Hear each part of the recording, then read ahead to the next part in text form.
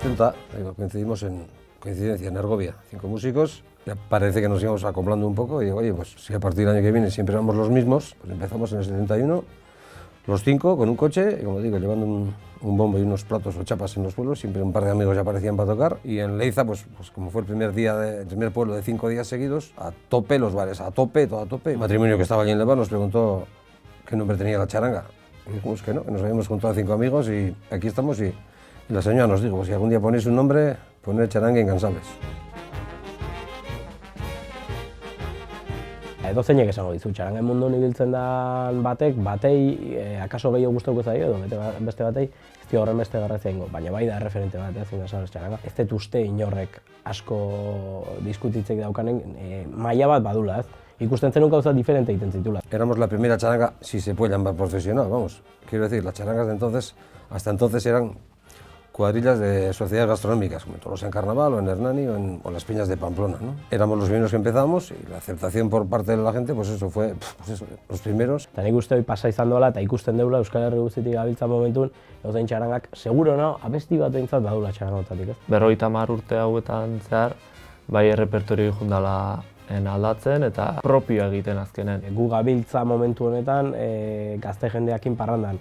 Badakigu ze generok ikusten dian, badakigu gure bai txarangak ze generotako balio dezaken, ez? Eta horrek eman diola txarangaire mantentzea, ez? La gente que viene ya viene más preparada, entonces ya ibas colocando un repertorio cada vez un poquito más exigente. Yo creo que ahí se ve claro dónde anda el nivel nuestro, hasta el punto de que otro montón de charangas de nuestros repertorios y nuestros discos cogen, copian, o sea que quiero decir que la línea nuestra, pues, ascendente. Nik tokia baino gehiago albai nabarmenduko nuke, garaia edo gora zala berdina jotzea eguardi baten, zaudenen poteatzen bazkaldu baino lehen, edo jotzea kuadria egun baten atxalden. Sería el 80 al 81, entonces había una mentalidad muy cerrada de que en Tolosa solo se puede tocar de carnaval y de carnaval. Entonces durante el día se tocaba de carnaval.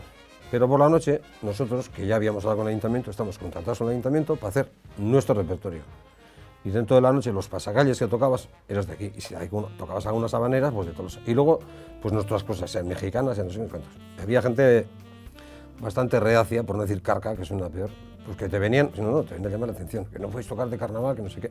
Hay una manera que ahora parece ser que se titula Antolinacho, que no habíamos oído nunca en aquella época. Empezamos a tocar y ya nos vino un señor de aquella mentalidad que nos dijo que esta que no estaba en la lista de las autorizadas para tocar en Tolosa. ¿No quieres taza?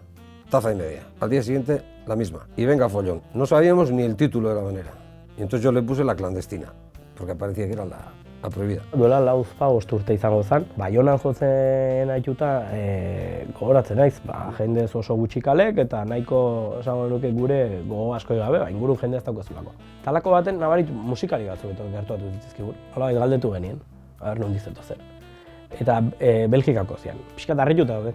Belgikatik eta ja ez esaten digutela, ezagutzen digutela, eta gure repertorio eta diskoetan grabatuta ez dauden kantuk eskatzen. Ha habido quien ha ido sin bombardino, sin saxofón, sin trompeta, sin bombo, sin chapas, ha habido de todo, sin el instrumento. Nos ha pasado, yo creo que con todos los instrumentos de la charanga. Hauek esaten diatenakin nik uste xoxotu indala asuntoa.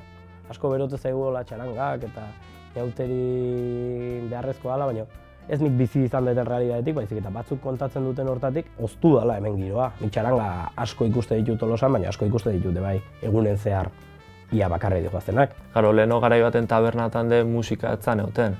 Entzio musika bakarra, pentsatze tola izango da, txaranga bakarrik izango zen, orduan, garo, musika nun dago txaranga bat, mundu guztia txarangan atzetik. Da peligrosoa txarangan parte izatea festetan. Gu Tolosarra izan da, azkenen festan barruntza daude, eta bai gustatzen zaigu jotzea, baina bai parranda orduan gustatzen zaigu bitatik egitea eta gero kuplitu inbarra da urrungo gune. Aunque hubiese habido carnaval en Hernani de toda la vida, yo no soy carnavalero. Yo soy más oso que el escaparate de una funeraria, ¿sabes? Cuando venís a Tolosa no me queda más remedio que vestirme de algo, porque como se viste toda charanga, bueno, y vestir, lo que se dice, no me pongo una chilaba que me regaló un señor aquí hace 3 siglos, y con esa chilaba vengo todos los años el lunes de carnaval por la noche. Kutxuna izendatuta, incansables txaranga eta nik uste batez ere berezia izango dela urtek damazkiten horientzat. Txaranga 50 urte, baina 53 urte kabialaiekin harremanetan egon izana guain arte ohiko kideek eta gehien bat behientzako da behekin duten lan hau. Pues sí, la relación ahí muy buena, el detalle pues, joder, pues